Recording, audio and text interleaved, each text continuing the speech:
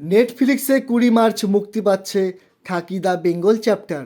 মুক্তির আগেই খাকির বাংলা পর্ব নিয়ে দারুণ উন্মাদনা দর্শক মহলে। সেই উন্মাদনার পারদ আরও ঊর্ধ্বমুখী করে দিয়েছেন বাংলার মহারাজ সৌরভ গঙ্গোপাধ্যায়।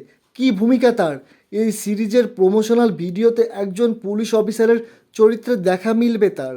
প্রথম পর্বে নীরজ পাণ্ডে বিহারের অপরাধ জগতের সঙ্গে সেখানকার প্রশাসনিক দিক দেখিয়েছিলেন। দ্বিতীয় পর্ব জুড়ে বাংলা, সেখানকার অন্ধকার দিক, অপরাধ জগৎ এবং পুলিশি ব্যবস্থার গল্প। 20 মার্চ মুক্তি পাচ্ছে খাকি দ্য বেঙ্গল চ্যাপ্টার। মঙ্গলবার সন্ধ্যায় মুক্তি পেয়েছে ট্রেলার। এই সিরিজের প্রচার ছবিতে সৌরভ পুলিশ অফিসার। সকাল থেকেই তার শুটিংয়ে ব্যস্ত তিনি। হাওড়ার ছেলে নীরজ বাংলার গল্প বলতে গিয়ে তার নতুন কাজ জুড়ে নিয়েছেন বাংলার মহারাজকেও। গল্প অনেকটা এই রকম। খাকি 2-এ এক পুলিশ অফিসারের ভূমিকায় অভিনয় করতে ইচ্ছুক ভারতের প্রাক্তন ক্রিকেট অধিনায়ক সৌরভ গঙ্গোপাধ্যায়। তিনি তাই অভিনয়ের জন্য অডিশন দিতে পুলিশে পোশাকে হাজির পরিচালকের দরবারে। পরিচালক কি তাকে বেছে নেবেন সেটাই দেখার।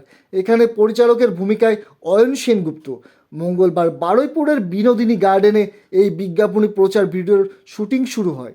সেটের ভিতরেই তৈরি করা হয় নকল থানা। এই বিজ্ঞাপনী ছবির প্রযোজনায় শ্রী ভেঙ্কটেশ ফিল্মস। অয়ন এবং সৌরভের সঙ্গে ফ্রেম ভাগ করেছেন অভিনেতা দেবাশিস রায়ও।